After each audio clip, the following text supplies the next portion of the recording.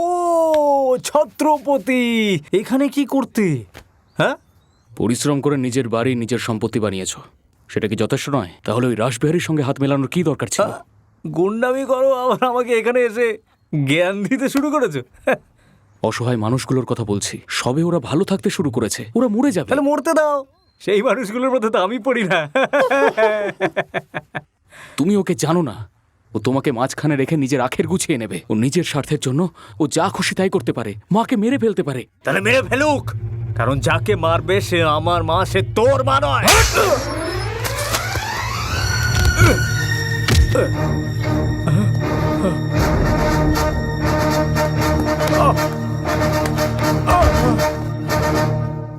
শুধু মায়ের জন্য তোর এই নাটক সহ্য করছি।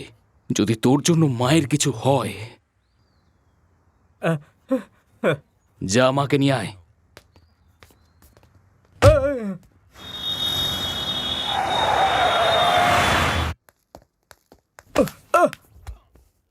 সিসিটিভি ক্যামেরা লাগিয়ে দে, যা দরকার পড়ে তাই কর। আমি 24 ঘন্টা সিকিউরিটি চাই। গিয়ে একটা ইলেকট্রিশিয়ানকে ডেকে নিয়ে আয়। এই, মনে হচ্ছে তুই এখনো আমাকে ভালো করে চিনতে পারিসনি।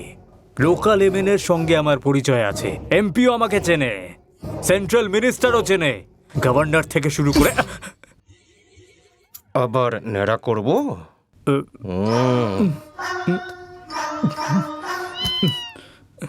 মা যেন কিচ্ছু বুঝতে না পারে, সব সময় সতর্ক থাকবি। ওই রাসবিহারী আবার যেন। তুমি কিছু না মনে করলে একটা কথা জিজ্ঞেস করি বাবা?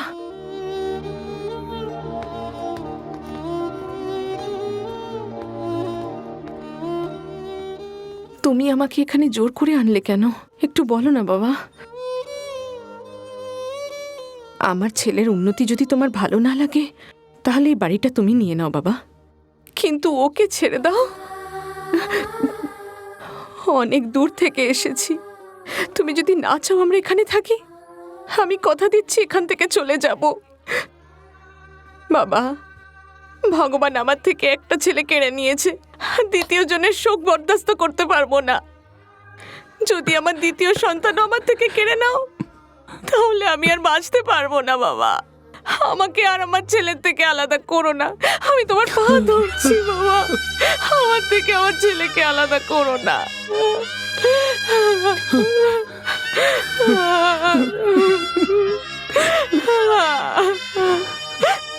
এই, খাবারের ব্যবস্থা কর। খাবার?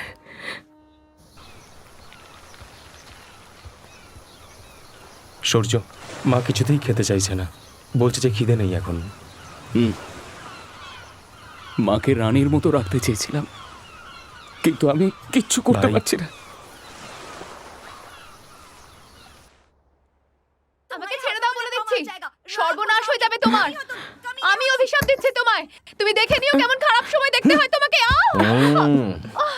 যাও তো, দেখবে তোমার কি হয়। তোমাকে তো আমি। আরে আপনি আপনি এখানে কি করছেন? ওসব ছাড়ো, তুমি আমাকে এটা বলো, তুমি এখানে কি করছো? ওই ছত্রপতি আমার পাপড়ের দোকানটাকে দখল করার প্ল্যান বানিয়েছে।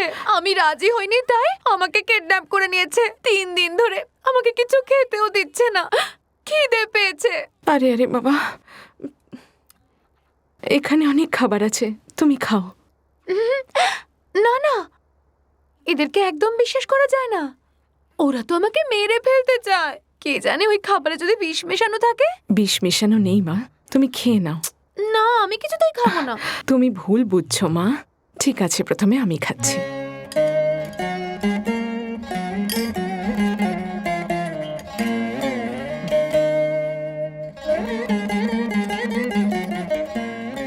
দেখো আমার কিচ্ছু হয়নি, এবারে তুমিও খেয়ে নাও। যদি ওই ডালে বিষ থাকে তখন?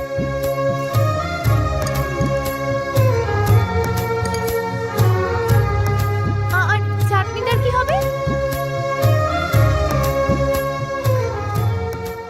এটাতেও বিষ নেই মা। আর ওই তরকারিটা, স্যুপ, আচার, দই, এগুলো ছাড়া তো আমি খেতেই পারি না। হালুয়া। পেট ভরেছে? ঈশ্বর করুন ছত্রপতির মা যেন সারা জীবন সুখে থাকে। যদিও আমি শত্রু, তবে রান্নাগুলো ভালোই হয়েছে।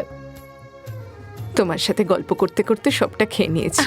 এইটাই তো করা উচিত আমাদের। আমরা যত ভয় পাবো এরা আমাদের তত ভয় দেখাবে। এবার আরাম করে বসে 3 বেলা পেট ভরে খাবো। ওরা খাওয়াতে খাওয়াতে ক্লান্ত হয়ে এমনি ছেড়ে দেবে। কেমন প্ল্যান দিলাম? আরে আমি রেখে দিন না। দিচ্ছি। ও দিদিমা, ও মাসিমা, আমার ড্রামা যদি আপনাদের পছন্দ হয় তাহলে 1 টাকা, 2 টাকা, 5 টাকা, অন্তত 100 টাকা দিয়ে যান। এই দুটো কালো ষাঁড়কে আমাকেই পুষতে হয়। নাচো নাচো বাপ।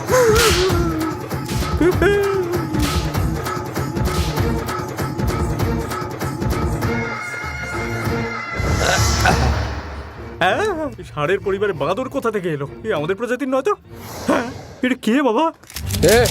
কেউ এক পায়ে করবে না। একটা বোতাম টিপলেই গোটা বিল্ডিং সমেত তোরা সবাই উড়ে যাবি। আমার নিজের প্রাণের ভয় নেই। আজকে তোদের সবাইকে নিয়ে মরবো আমি। একদম না, ডাক তোদের নেতাকে। কোথায় লুকিয়ে বসে আছে? আজকে বুঝবে মৃত্যু কি জিনিস। ডাক ওকে। কি হলো? কোথায় লুকিয়ে আছিস? বেরো। চল চল চল। এই তো ইঁদুর বেরিয়েছে গর্ত থেকে। দেখ এবার মজা দেখ। ও ওপরে উঠলো কি করে? ও ওখান থেকে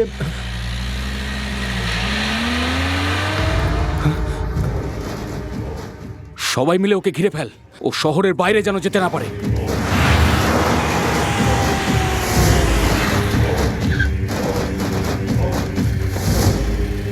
আসুন মা, খেয়াল রাখবি মায়ের যেন এখানে কোনোভাবে কোনো অসুবিধা না ঠিক আছে, হয়। দাদা। আসুন মা, যাও না মা। আসুন। ঠিক আছে।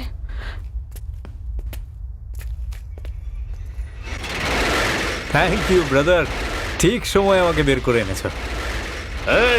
এই জায়গাটা চারদিক থেকে ঘিরে ফেল। যেদিক থেকেই আসুক শেষ করে দিবি। যা তাড়াতাড়ি। চলো চলো।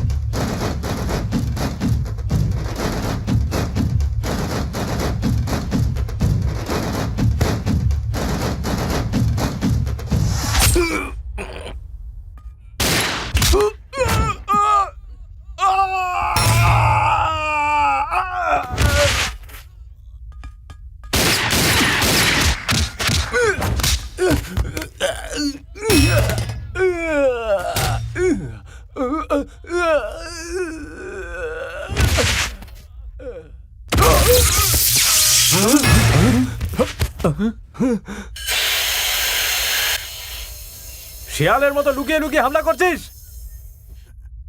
শিয়ালের মতো নয়, বাঘের মতো। আহত বাঘের মতো ছটফট করছে। কিন্তু এখন ওকে ধরতে গেলে ছাগলের টোপ দিয়ে খাঁচা পাততে হবে, যাতে ও খাবারের গন্ধে নিজেই এসে ধরা দেয়। আর তারপর নিশানা মতো এক গুলিতেই খেল খতম করতে হবে। হ্যাঁ, এইভাবেই, ঠিক এইভাবেই মারতে হবে রাসবিহারী দা। কিন্তু টোপটাকে, মানে ছাগল ছাগল। আরে গর্ধপ, ওই ছাগলটা তুই। রাসবিহারী, এটা কি? আমরা দুজন ভাই, তাই তো? আরে কি বলিস? আমি তোর মায়ের পেটে জন্ম নিয়েছি নাকি যে ভাই হয়ে যাব? আমার ভাই হবার যোগ্যতা তোর নেই। ওই ছত্রপতি তোকে কোটি টাকার কন্ট্রাক্ট দিয়ে বড় লোক বানিয়েছে। ওর ব্যাপারে খবর নিতে গিয়ে জেনেছি যে তোরা দুজন সৎ ভাই। তোকে আমার কোনো দরকার নেই। তুই কি কৃষ্ণ অবতার নাকি? আর তোর মাই কি ওই যশোদা? কথা বলছি। এবার ওই আহত বাঘ সামনে আসবে।